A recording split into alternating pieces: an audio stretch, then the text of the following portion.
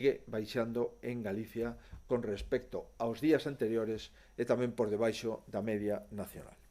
Algunos asuntos que teñen unha referencia directa ou indirecta coa pandemia. O primeiro deles é un convenio que aprobamos coa Asociación de Protección e Defensa dos Animais que xestionan os centros de animais abandonados, os centros de recollida dos animais abandonados. Concretamente, facemos un convenio con 15 entidades protectoras que se ocupan a súa vez de outras tantas instalacións de acollida.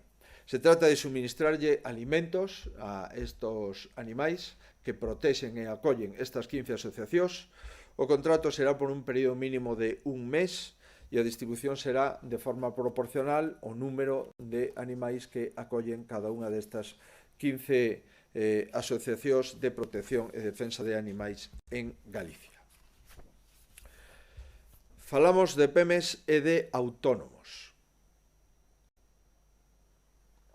Como saben, activamos unha liña específica para PEMES e autónomos de ata 250 millóns de euros para préstamos entre 3.000 e 200.000 euros. Se trata de préstamos durante 4 anos, un ano de carencia e todos os xuros, é dicir, os tipos de interese, son financiados pola Xunta de Galicia. Pois ben, nestos momentos xa temos concedidos préstamos a 1.429 autónomos, os que lle prestamos por un valor de 106 millóns de euros, é dicir, unha media de 74.000 euros por autónomo ou pequena e mediana empresa as 1.429 primeiras. Destaca o comercio por xunto e retallista co 321 solicitudes, é dicir, o 22,4%. Despois o 11,8% son autónomos e PEMES con servicios de comidas e bebidas, normalmente restaurantes, bares, etc. No ámbito da construción son 105 solicitudes, co 7,3% total do conxunto, e no que se refire ao transporte terrestre é o 4,6% dos 2.429 autónomos. Seguimos recibindo solicitudes, pero xa hai 106 millóns de euros mobilizados en préstamos dentro dos programas da Xunta de Galicia, ICO, Goberno de España aparte. Por lo tanto, 106 millóns de euros mobilizados con cargo ao presuposto da comunidade autónoma. En relación cos servizos de suministro, seguimos intentando que a economía non se pare, ou polo menos que non se pare de forma completa en algúns sectores, e a tal efecto a Xunta de Galicia acaba de adoptar a decisión de reactivar 1.100 contratos de provisionamento e de suministro en favor dos servicios públicos galegos por un importe de 403 millóns de euros. Continuarán o 100% dos procedementos que xa estaban en execución antes da declaración do estado de alarma, que son 675 contratos, e agora tomamos a decisión de seguir licitando e adxudicando a 434 contratos novos, o que totalizan os 1.100 contratos os que referíamos con 413 millóns de euros. Semana pasada, como recordarán, activábamos tamén os contratos de obra, total 508 obras financiadas pola Xunta de Galicia por un valor de 300 millóns de euros. Hoxe lle toca o turno a estos 413 millóns de euros de contratos de suministros e aprovisionamento. O Consello considerou hoxe, polo tanto, que todos os procedementos que estaban en execución prosigan, máis os procedementos que estaban pendientes de licitación se podan licitar. As mesas de contratación. As mesas de contratación poderán celebrarse as súas reunións a distancia, empregando os medios electrónicos, garanten a identidade dos membros da mesa, asistentes, tamén garanten o contido das súas manifestacións de toda a sesión, a interactividade e a intercomunicación entre os membros da mesa en tempo real, así como a disponibilidade de medios durante a sesión. No caso de actuacións das mesas de contratación que deban de realizarse en acto público, se proporcionará acceso virtual o correspondiente acto público a aquelas empresas, a aquelas persoas interesadas no propio contrato, na propia adxudicación de contrato, que así o solicite.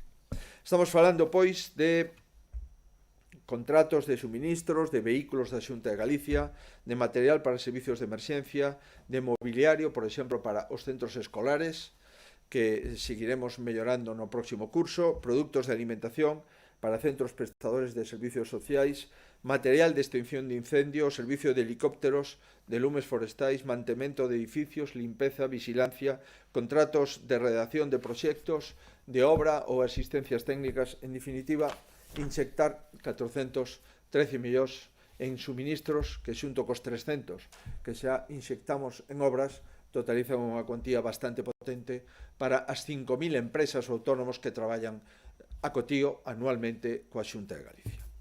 Na páxina educativa, vamos a seguir facilitando o seguimento do curso escolar dentro dos fogares galegos nas mellores condicións posibles. Ao principio deste mes entregamos 997 ordenadores persoais xunto con equipos de conexión á rede nun total de 333 centros escolares de toda Galicia. Estos os distribuímos nas familias, lóxicamente, con menos recursos e con máis fillos. En concreto, o 70% foron alumnos de ESO, o 20% de bacharelato, o 7% de formación profesional e o 3% de alumnados de ensinanzas de adultos. No relativo ao novo servicio de videoconferencias para profesorado e alumnado, na primeira semana de uso se produciron 45.000 reunións virtuais nas que participaron máis de 135.000 docentes e alumnos. No que respecta á aplicación Avalar Móvil, máis de 250.000 familias accederon a esta aplicación e do mesmo xeito puxemos a disposición da comunidade educativa espazos de servicios digitais educativos no que xa están disponibles varios vídeos videotutoriais sobre o uso dos servicios disponibles. Concretamente se fixeron 35.000 visualizacións nestos 15 días que levan disponibles os videotutoriais. Hoxe, como decía, volvemos a poñer a disposición 1.750 ordenadores personais cos seus kits de conexión en favor de 1.750 familias. Unidas aos que xa puxemos nas últimas semanas, estamos durante semanas de pandemia entregando 2.750 ordenadores persoais máis os kits de conexión a 2.750 familias, que se suman os 27.000 ordenadores que xa tiñan familias de acordo co programa da Xunta de Galicia de facilitar ordenadores personais paulatinamente ás familias galegas. Por lo tanto, en Galicia hoxe hai 30.000 familias que están seguindo as clases non presenciais a través de ordenadores financiados con fondos públicos. Hai moitísimas outras familias que os seus pais, as súas nais, lle compran ordenadores aos seus fillos e que tamén poden seguir, por suposto, conectados. Do que se trata destos 2.750 ordenadores novos é para as familias con menos recursos, incluso familias con dificultades de conectividade, poder ofertar estos ordenadores en plena pandemia. Vamos a seguir traballando, vamos a seguir disminuindo as dificultades da fenda tecnolóxica. A maioría da fenda tecnolóxica é por problemas de cobertura en algunhas zonas moi difíciles de cubrir nun territorio tan disperso e con 34.000 núcleos de población como temos en Galicia, un 50% do total de núcleos de España. Como lles decía, seguimos comprando para facer fronte á pandemia. 3,4 millóns de euros autorizamos contratación polo trámite de urxencia de diversos materiais de protección destinados a profesionais sanitarios. Vostedes o recordarán: batas de protección, máscaras respiratorias, máscaras quirúrxicas, solucións hidroalcohólicas para desinfectantes de mans, etc. Hoxe traemos ao Consello outros 3,4 millóns de euros de contratación urxente, onde decidimos mercar unhas 700.000 mascarillas entre as cirúrxicas e as respiratorias, uns 80.000 litros de desinfectante de mans ou de superficies e tamén 66.500 test rápidos de doble banda, que son os test rápidos máis fiables do mercado. Seguimos, por conseguinte, abastecéndonos de test porque o noso obxectivo sigue sendo facer o maior número de test, en primeiro lugar, por suposto, as persoas que están en contactos cos pacientes, xa sexan nos servicios de urxencia, como nas plantas hospitalarias e, por suposto, nas UCIs, e tamén as persoas que están en contactos con positivos nas residencias da terceira idade e nos centros de discapacidade. Esta é a cuarta compra de material, e temos, como digo, pois material cada vez un pouco mellor para facer fronte ás demandas de material que seguimos tendo, lóxicamente, mentras haxa pandemia e, sobre todo, mentras haxa persoas contagiadas, seguiremos necesitando este material de forma intensa. E, por último, quixera informarlles de un acordo que levamos tempo traballando, sin ninguna dúbida. Vamos a facer o estudio epidemiolóxico máis grande que fixemos en Galicia, polo menos dende que temos recordo. Vamos a testar 100.000 galegos e galegas si son ou non portadores do virus COVID-19. O obxectivo é coñecer coa maior profundidade posible como está de inmunizada a población de Galicia. E por eso adoptamos unha decisión de un enorme alcance, que é facer 100.000 test nas próximas semanas. Empezamos coa primeira oleada, 51.000 test que empezaremos a finais da próxima semana. Exactamente 50.925 persoas, e unha vez finalizada esta primeira oleada de algo máis de 50.000, casi 51.000, volveremos cunha segunda oleada ás 4 semanas de finalización a primeira, co cual estaremos aproximadamente con 101.000 galegos ou galegas testados nos próximos meses. O Instituto Galego de Estadística é o que está determinando o tamaño da mostra e os resultados tentan ser representativos por comarcas e, por suposto, polas 7 cidades galegas. A poboación obxecto de investigación son as persoas con tarxeta sanitaria do Servicio Galego de Saúde. Entre elas, se elixirán aleatoriamente os participantes no estudo por sexo, por idade, por grandes concellos e por áreas territoriais. O Sergas se encargará da realización de cada un dos test e da recollida da información. E o Instituto Galego de Estatística enviará o listado de persoas seleccionadas a cada área sanitaria. A logística concreta, cada centro de saúde se vai a darlle unha poboación concreta, que é a que ten que testar, e dende o centro de saúde se contactará telefónicamente con cada unha das persoas que van a ser obxecto de test. As persoas que entren no estudio se lle dará cita para que acudan ao seu centro de saúde para tomarlle a mostra mediante unha pequena punción capilar nun dedo, nun espazo de 15-20 minutos vamos a ter xa o resultado do test. Dende o centro de saúde se notificará nun prazo máximo de 48 horas o resultado do test a cada unha das persoas que acudan ao centro de saúde para realizar a proba. Como digo, son a mostra máis grande que nunca fixemos nos Sergas desde o punto de vista de mostra epidemiolóxica, e o estudio vamos a poñerlo en marcha, como decía, na última semana de abril, por lo tanto, dentro de uns días, e, en definitiva, toda a ciudadanía galega se vai a ver, polo menos, unha mostra importantísima, vamos a ter unha idea da porcentaxe de persoas inmunizadas, da porcentaxe de persoas que non tuveron contacto co virus, en consecuencia, ter unha orden de magnitude que nos vai a servir, en primer lugar, para saber cal é a situación do virus en Galicia e, en segundo lugar, para tomar decisións no ámbito económico e no ámbito social nos próximos días. A mostra está a disposición de todos vostedes por darlle algúns datos de as poblacións máis concurridas. A cidade de Ferrol faremos 2.600 mostras, Na cidade da Coruña, 5.800 mostras. Na cidade de Santiago, 2.750 persoas van a ser chamadas para facer a mostra. En Lugo, outras 2.750 persoas. Na cidade de Ourense, 3.400 persoas se faremos o test. Na cidade de Pontevedra, 2.700 persoas. E na cidade de Vigo, 6.800 persoas. Estos son as mostras que nos refire ao Instituto Galego de Estatística por ser as mostras máis representativas para o conxunto da población.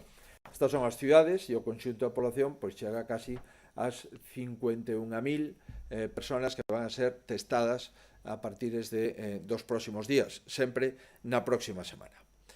Pensamos que esta mostra é necesario facela porque é necesario planificar as medidas de normalización á vida máis normal que coñecíamos e tamén ter información para estar preparados ante posibles rebrotes, porque evidentemente de momento, mentre non haxa unha vacina eficaz, os rebrotes son un risco que existe e mentre non haxa tampouco fármacos de tratamento contundentes e eficaces na inmensa maioría dos casos, pois é evidente que estamos ante unha situación de un risco sanitario notable. Estas son as consideracións. Quero anunciarlles que esta mostra de 100.000 é perfectamente compatible coa mostra que fa o Goberno Central. Descoñecemos cales son os contidos desa mostra, polo menos de momento non os temos. Se fala de que pode haber 4.000 personas testadas de acordo coa mostra do Goberno Central. Galicia vai a facer 100.000, pois sumaríamos as 4.000 as 100.000 e teríamos unha mostra superior e, polo tanto, con maior flexibilidade. Se alguén non quere participar, anticipamos que é completamente voluntario. Se non quere participar, serán sustituídos por personas nunha listaxe de sustitutos que teremos no mesmo centro de saúde.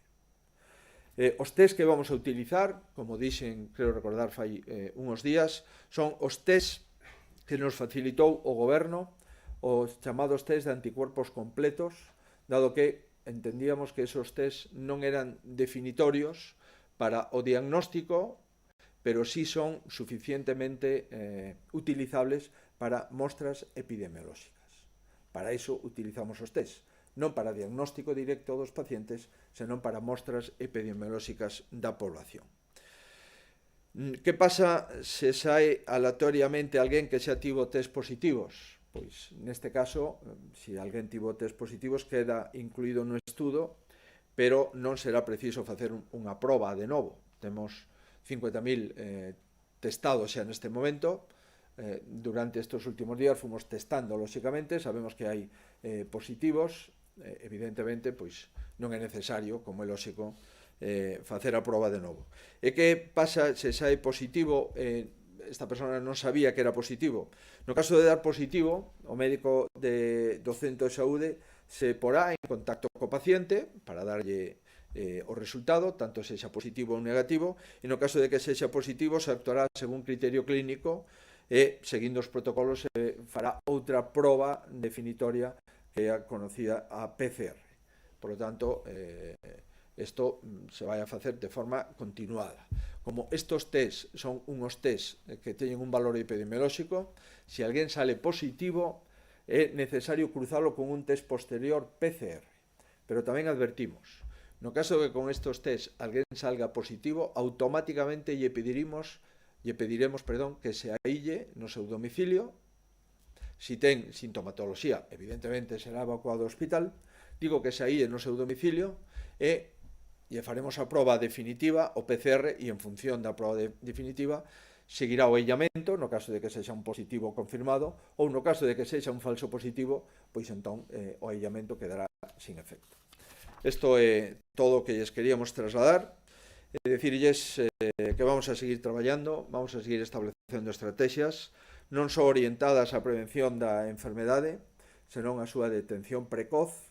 Se trata de estar mellor preparados, e ao longo desta semana temos constatado que, como decía, se consolidou a tendencia a contención do virus, é dicir, cada afectado contaxia a menos de unha persoa. que eso era, digamos, unha das cousas que buscábamos. Sin duda, isto foi grazas aos esforzos de todos os galegos, de todos os homens e mulleres que están confinados nas súas casas, tamén dos mozos e, por suposto, tamén dos nenos. E agora que se empeza a estudiar xa as medidas de escalamento, é preciso non baixar a guarda. Volvemos a reiterar, hai países europeos como Francia, outros países do norte, países europeos como Alemanha, Francia e outros países do norte de Europa que teñen xa unha previsión de escalamento. España todavía non, pero se estemos en unha circunstancia ou en outra, temos que non baixar a guarda para evitar rebrotes. O máis importante é o estudio epidemiolóxico que vamos a lanzar agora de forma inmediata, e tamén o máis importante é seguir coa responsabilidade dos cidadáns. E por iso, como os cidadáns galegos se están cuidando, somos capaces de conter a pandemia. Se nos seguimos cuidando, seguiremos sendo capaces de que queden menos días para volver á nova normalidade que viviremos unha vez que se desactive o estado de alarma e unha vez que se vaya graduando o estado de emerxencia sanitaria. Mais nada, moitas grazas. Quedo a disposición dos medios de comunicación. Sí, boas tardes. Ciencia, as 3 universidades galegas ofreceronse a aumentar a capacidade de diagnóstico a través das probas PCR. Por que non se lles deu resposta? Oxalá pudéramos dar resposta aos aparatos que temos instalados en algúns lugares e tuviéramos test suficientes. Non se lle deu resposta porque non temos test suficientes de PCR. Os test que temos son suficientes as máquinas de diagnóstico que temos nos hospitais de Galicia. Se tuviéramos máis test, poderíamos facer máis PCRs. É dicir, a capacidade das máquinas de PCR instaladas no Servicio Galego de Saúde son suficientes para os test que temos. Incluso teríamos máis capacidades para seguir facendo test de PCR, porque as máquinas non as estamos utilizando as 24 horas do día. Onte tive en ocasión de comprobar como funciona unha das 7 máquinas máis importantes de PCR que hai en España, situada no laboratorio de microbiología do Complexo Hospitalario Público de Vigo, concretamente no Hospital do Meixoeiro, e aí podíamos comprobar que seríamos capaces de facer máis probas PCR se tuviéramos todos os test que necesitaríamos. Por conseguinte, agradecemos ese ofrecemento das universidades, pero o certo é verdade é que non temos capacidade de abastecemento a todos os PCRs do Servicio Galego de Saúde, máis outros PCRs que pode haber en laboratorios universitarios ou en outro tipo de laboratorios. O problema son os test, non as máquinas PCR. Sí, sobre las pruebas, el estudio epidemiológico, 4 Televisión pregunta si se hará a domicilio o los seleccionados podrán desplazarse en coche al estilo del COVID Auto. Sí, todas aquellas personas que tengan movilidad se desplazarán en coche al centro de salud, y aquellas personas que resulten elegidas en la muestra que no tengan movilidad, nos desplazaremos a domicilio para que el hecho de estar confinados por razones de salud no impida el derecho a ese test. Por tanto, utilizaremos los dos mecanismos, tanto el desplazamiento en coche al centro de salud como el desplazamiento de los sanitarios al domicilio en el caso de que no puedan salir de sus casas. Antena 3 Noticias, ¿cree que se dan las condiciones para alcanzar un acuerdo para la creación de una mesa para la reconstrucción como propone el Gobierno? Pero nosotros lo único que estamos observando es que llevamos hablando de algo que desconocemos. No tenemos ningún conocimiento de lo que está proponiendo el Gobierno. En mi opinión, al menos que yo sepa, el Gobierno no está proponiendo nada. El Gobierno lo que está proponiendo es a ver si hay reuniones para... No sabemos muy bien para qué, porque desconocemos ni el alcance de lo que pretende el Gobierno, ni el contenido de lo que pretende el Gobierno, y por supuesto desconocemos ningún documento sobre el que reflexionar o sobre el que aportar. Lo único que conocemos es que los socios parlamentarios del Gobierno no quieren ningún pacto. Lo que pretenden, dicen ellos, primero es acordar con la Comunidad de Cataluña o la Comunidad del País Vasco. Estos son lo que proponen los socios independentistas del gobierno.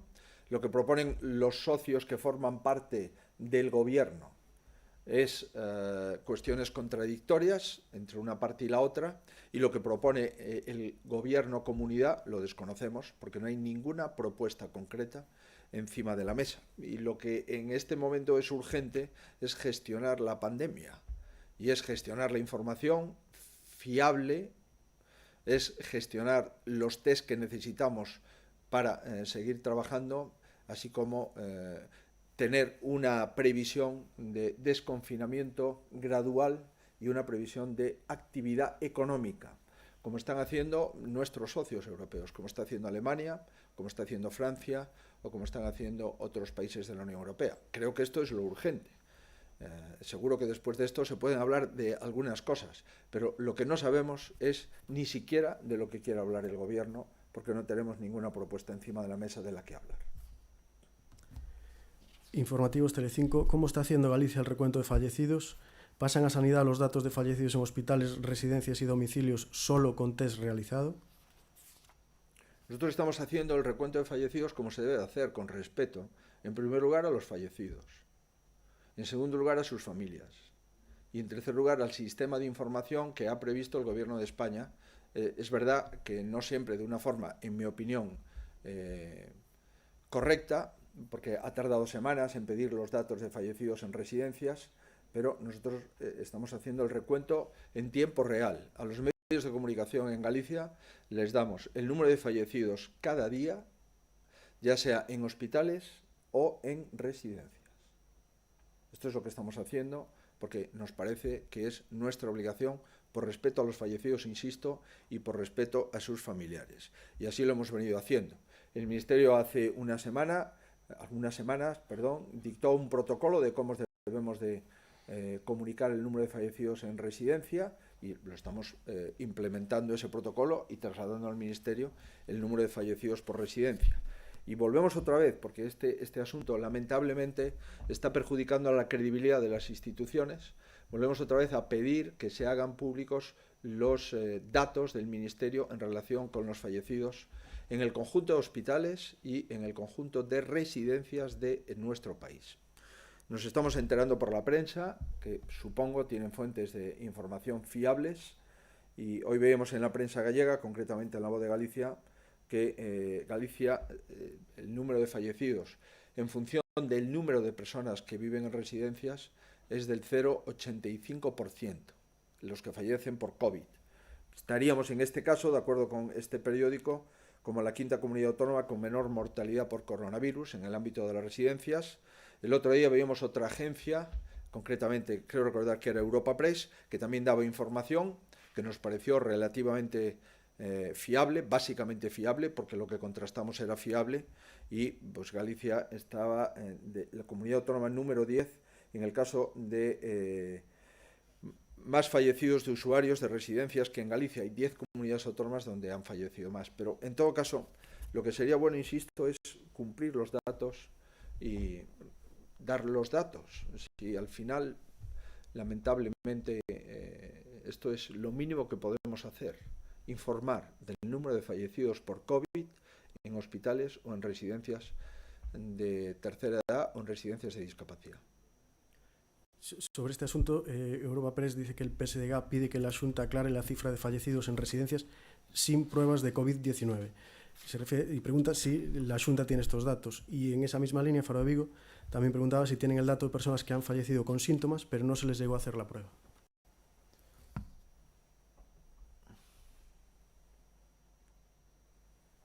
Bueno, é evidente que hai políticos que a única responsabilidade que teñen nesta pandemia é opinar. Opinar ou facer comentarios.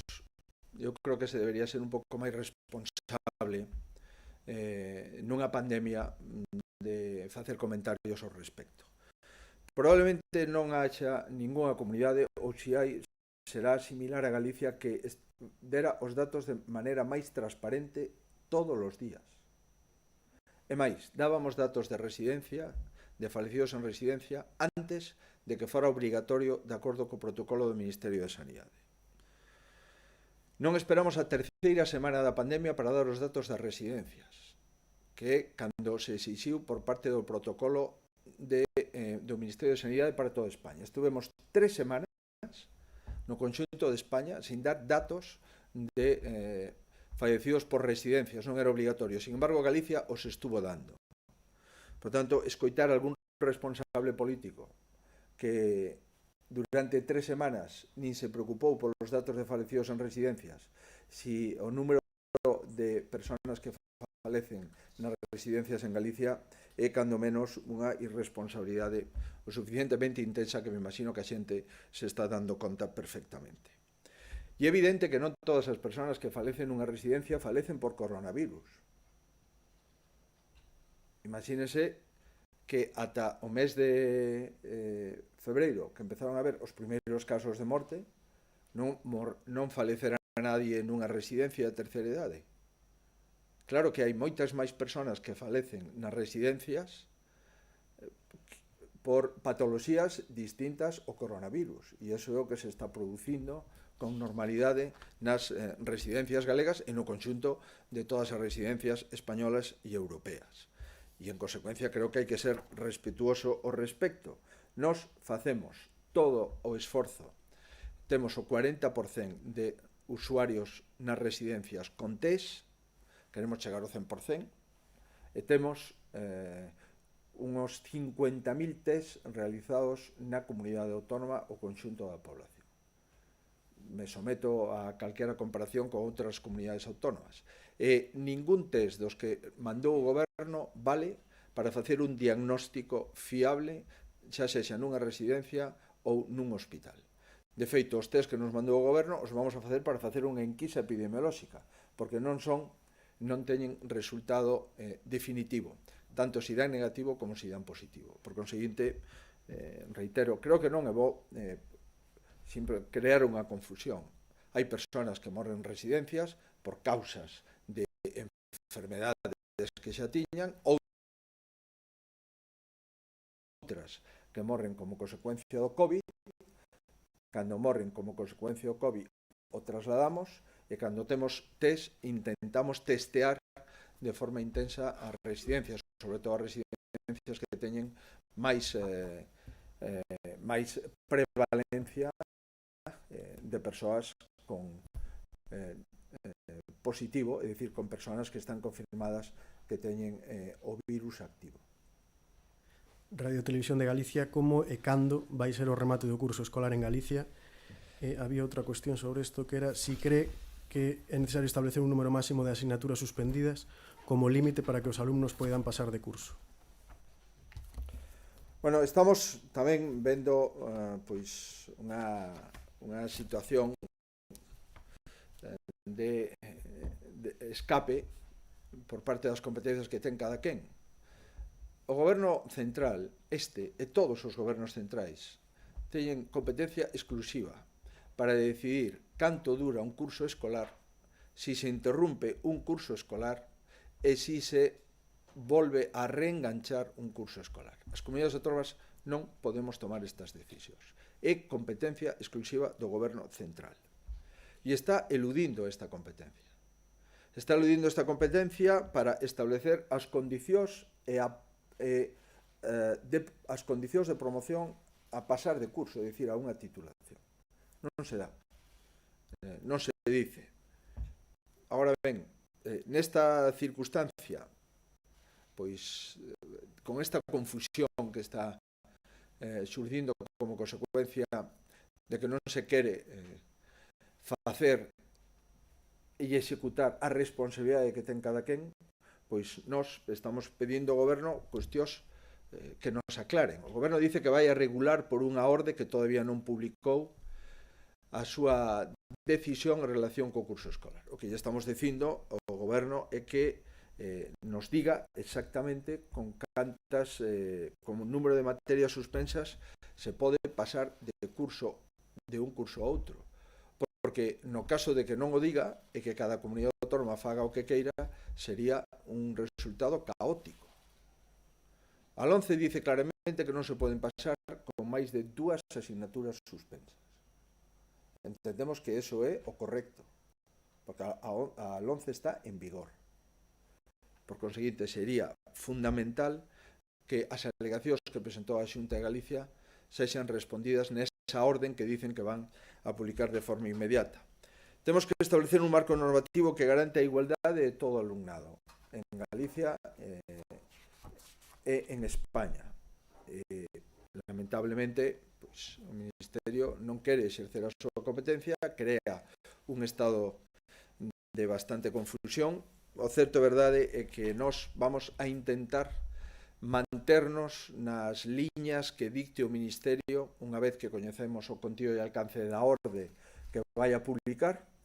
Para que? Pois simplemente para crear menos confusión, para crear menos tensións nas familias e para crear tamén menos confusión no corpo educativo, nos docentes. Eu lamento esta situación, pero a situación que temos en España é dunha indefinición bastante poderosa. Galicia apelou a que, se é posible, se retome, polo menos nas últimas semanas, o curso escolar presencial nas aulas.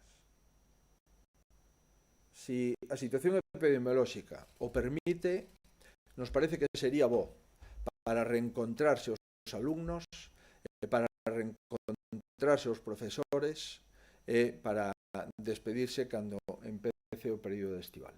Agora, eso está, desde logo, contextualizado por dous requisitos. Primeiro, pola requisito epidemiolóxico, é dicir, pola seguridade de retomar as clases nas aulas, e segundo, por unha decisión do Goberno Central, que é unha decisión irrevocable e indelegable do Goberno de España.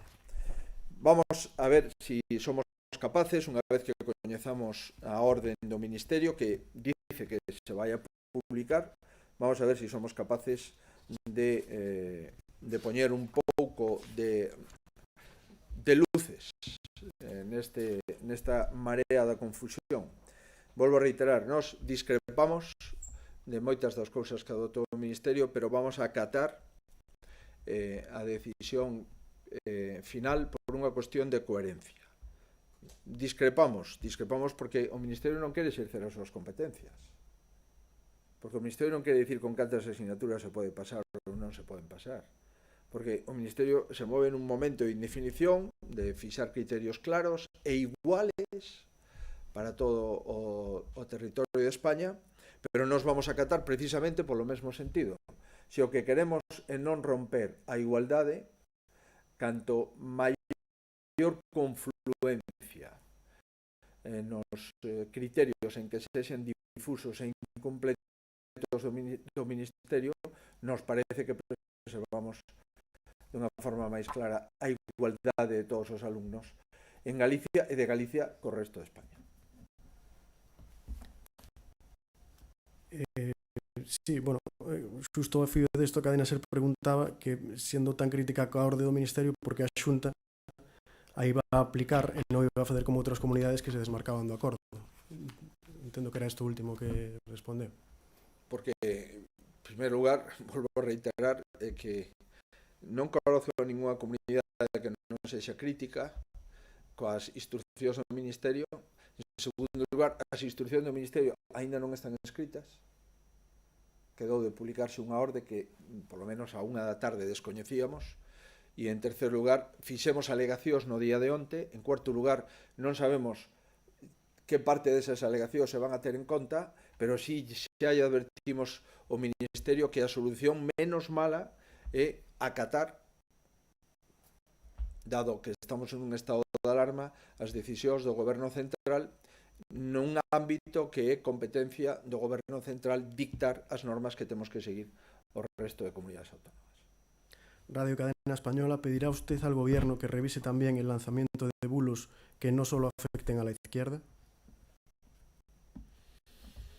Lo que es evidente es que se está produciendo en España cosas que nunca habíamos visto y que se está interviniendo en España algunas redes sociales que tampoco habíamos visto, y sin conocer cuáles son los criterios para intervenir redes sociales o sistemas de comunicación. Todo esto, en base a ese estado de alarma, y en base a esas competencias exorbitantes que se ha dado el gobierno para sí, estamos un poco sorprendidos de cómo en 40 años de democracia se están utilizando determinados poderes que, en mi opinión, a veces son exorbitantes o no explicados para el conjunto de los ciudadanos. Creo que los ciudadanos saben bien a qué me estoy refiriendo, porque nos afecta a cualquier usuario de un móvil en España. Es evidente que utilizar una pandemia para crear más inseguridad y para crear más miedo es indigno. Pero también no aclarar cuáles son los criterios para disminuir esos riesgos no me parece que sea lo más democrático en un estado de alarma donde por encima del estado de alarma siempre está el derecho a la información y está la democracia en nuestro país. Nos diario, cal é o motivo polo que a Xunta non procede a intervención das residencias do Musví en San Lázaro, Nuestra Señora da Esperanza en Ourense e San Carlos en Celanova, malia a petición neste sentido de familiares de usuarias e de traballadores e do alto número de doentes e de mortes? O protocolo da comunidade autónoma é un protocolo pactado entre os responsables de servicios sociais e os responsables clínicos. As residencias que son integradas, é dicir, que son responsabilidade directa das autoridades sanitarias, son en función do número de positivos que existen en cada residencia, en función do número da plantilla de cada residencia e en función das condicións arquitectónicas da residencia. E con estes tres criterios se toma esa decisión. En todo caso, todas as residencias de terceira idade en Galicia están todas tuteladas pola Consellería de Sanidade. E, de feito, non só nas residencias integradas traballa personal da Consellería de Sanidade, senón que en algunhas residencias tuteladas hai médicos e enfermería que pon a Consellería de Sanidade para o control sanitario das propias residencias. Fomos a primeira comunidade autónoma de España que adoptou esta decisión, a primeira. Posteriormente, o protocolo do Ministerio de Sanidade seguiu a decisión do goberno galego de autorizar a intervención de residencias por parte das comunidades autónomas. Acabamos de adoptar en Ourense unha decisión que é habilitar un hospital, o Piñor, de unha gran residencia integrada, tutelada e xestionada directamente pola xerencia do Hospital de Ourense, con 60 e pico camas nesta primeira fase. Creo que estamos facendo todo o que está nas nosas mans nunha situación tan complexa como esta.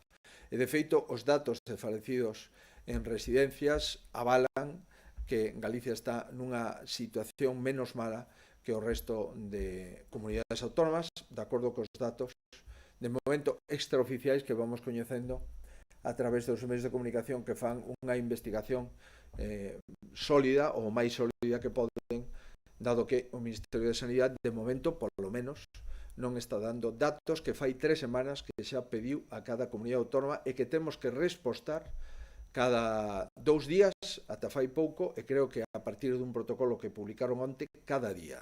Pois ben, Galicia vai a seguir cumplindo todos os protocolos antes ou despois de que sexan exigibles. Nós vamos a seguir informando os medios de comunicación galegos e, por suposto, o Ministerio.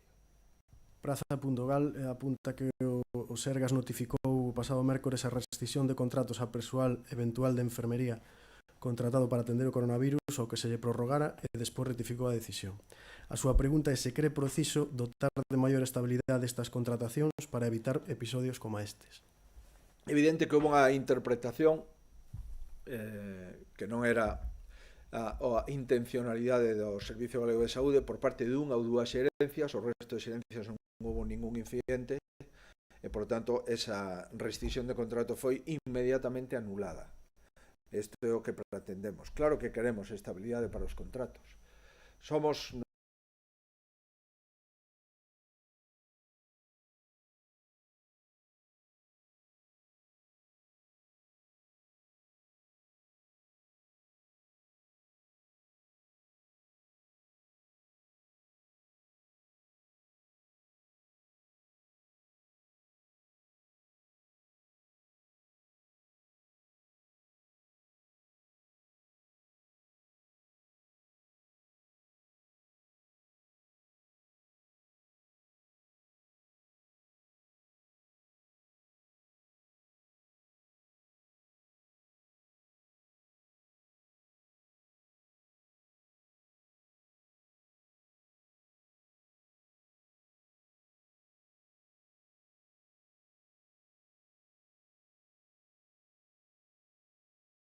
de doble banda, que xunto coas PCR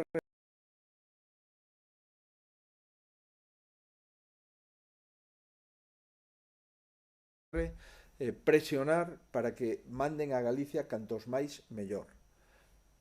Un dos grandes laboratorios de PCR norteamericano ten que deixar o 50% da súa produción nos Estados Unidos de Norteamérica e o 50% restante para o resto do mundo. E, sin embargo, en Galicia nunca nos fallou un mínimo de PCRs que podemos utilizar todos os días. Se en vez de estar facendo 1.800, 1.900, 1.500 probas de PCR, pudiéramos facer 4.000, se tuviéramos 4.000 test de PCR diarios, faríamos 4.000 test de PCR diarios. De feito, os 30.000 test, os primeiros 30.000 test de doble banda que conseguimos, xa os estamos implementando no personal sanitario, no persoal das residencias e nos internos das residencias, que é a nosa prioridade. Pero reitero, en domicilio, se hai sintomatoloxía, o protocolo exixe que o médico solicite o test ao hospital de referencia para que se vaya a ese domicilio e se poda facer o test de extracción e posterior o test diagnóstico. Si Galicia Confidencial fai referencia precisamente a esa adquisición de máis test e máis material e di que hai colectivos sanitarios que denuncian que hai persoal traballando cas mesmas máscaras e guantes e que non hai EPIs suficientes. Entón pregunta, se garante vostede que todos os hospitais galegos están ben suministrados de material e especialmente de EPIs para loitar contra o COVID-19? Nos, dende logo, coa información que temos, os hospitais galegos teñen mascarillas, pode haber algunha ruptura de stop, non en mascarilla cirúrxica, que esa estou absolutamente seguro que existen, pode haber algunha ruptura de stop en mascarillas de maior nivel, sobre todo nas zonas de maior complexidade, que entendo que esos stocks se repoñen as horas, se non é as medias horas que se produce esa ruptura de stops. Nos hospitais estamos servindo o que nos piden, porque desde fai semanas temos material suficiente para servir o que cada área sanitaria nos pide, lóxicamente de acordo cos protocolos de medicina preventiva que siguen vixentes neste momento. Pero non temos constancia e se tuviéramos, por suposto, teríamos que actuar de que se está producindo un desabastecemento de medios nos hospitais do Servicio Galego de Saúde. O contrario, cada día os hospitais do Servicio Galego de Saúde teñen máis material sanitario para protexer a profesionais e pacientes. El diario.es, vendo a evolución da pandemia en Galicia, cree vostede que poderíamos estar os galegos indo a votar no vindeiro mes de xullo? En verdade é que nin se me pasou pola cabeza pensar sobre ese asunto, porque a evolución da pandemia en Galicia, desde o punto de vista de impacto do momento crítico, do momento agudo, é certo que está declinando e está mellorando, pero acabamos de adoptar unha decisión no Consello de hoxe, 100.000 test para testar a población galega. Acabamos de adoptar unha decisión no día de onte, 30.000 test de doble banda para testar a seguir testando, a profesionais de residencias e de hospitais e de pacientes. Algúns deles será o segundo ou terceiro test. Por exemplo, na residencia de Nigrán en Panxón, que creo que un compañero preguntou fai uns días, antes de levar os maiores a esa residencia, fixemos 3 test a cada maior. Sin embargo, cando chegamos á residencia, ao cabo dunhos días nos deron 2 positivos. Prova evidente de que o período de incubación da enfermedade é superior. Volvemos a testar a residencia de Patos en Nigrán e nos volveron a dar todos negativos. Por tanto, estamos traballando con maior rigor posible. Neste momento as eleccións, como xa non estaban antes de ser desconvocadas, pois agora en plena pandemia, volven a non estar na axenda do Goberno de Galicia. ABC, o Defensor do Pobo, respalda a súa proposta de que os nenos saian dos fogares de forma controlada. Recibiron algunha resposta do Goberno neste sentido? Non hai ningunha resposta do Goberno. Certo que hai distintas sensibilidades, hai distintos profesionais que son consultados, algúns se mostran partidarios, outros se mostran menos partidarios. Todos, en todo caso, están preocupados pola situación dos nenos confinados desde fai un mes e medio fará o 26 de abril, si non sabemos se o goberno vai a tomar a decisión de ampliar o estado de alarma, poden chegar a 2 meses confinados, e isto é unha situación para un neno absolutamente, na nosa opinión, crítica. E eu fago simplemente esa reflexión, dúas reflexións. Primeiro, eu estou pedindo e estou sometendo a consideración do goberno a situación da Galicia, non a situación de ningunha outra comunidade autónoma, porque non é a miña competencia, nin a miña responsabilidade. E a situación de Galicia, nós pensamos que esa medida é unha medida razonable. E segundo, facemos a segunda reflexión. A resposta dos nenos e dos pais, das nais, durante todo este tempo de confinamento foi exemplar. Por que dudamos de que non siga sendo exemplar polo feito de que se deixe de forma esporádica durante un tempo limitado e con todas as limitacións que podan sair da man dos seus pais á rúa? Si na casa están sendo exemplares, por que non van a ser exemplares na rúa, nese pequeno paseo, nese pequeno contacto co aire libre? Si estamos confiando nos pais, nas nais galegas e nos nenos galegos, por que non podemos confiar e seguir confiando nesos pais e nesos nenos que están sendo exemplares na casa? Por que non poden ser exemplares se salen durante un anaco de tempo á rúa? Esa é unha cuestión que me parece bastante razonable plantexarse. En todo caso, Galicia sempre vai estar a disposición do Goberno Central nas decisións de confinamento que adopten. Sempre vamos a estar a disposición dos epidemiólogos, dos pediatras, das responsables de medicina preventiva, en definitiva, de todos o persoal sanitario. Pero, como se ve, hai persoal sanitario que entende a proposta que fixemos, neste caso en Aragón e en Galicia. Non sei se hai outras comunidades que tamén a están facendo. Moi ben, moitísimas gracias a todos.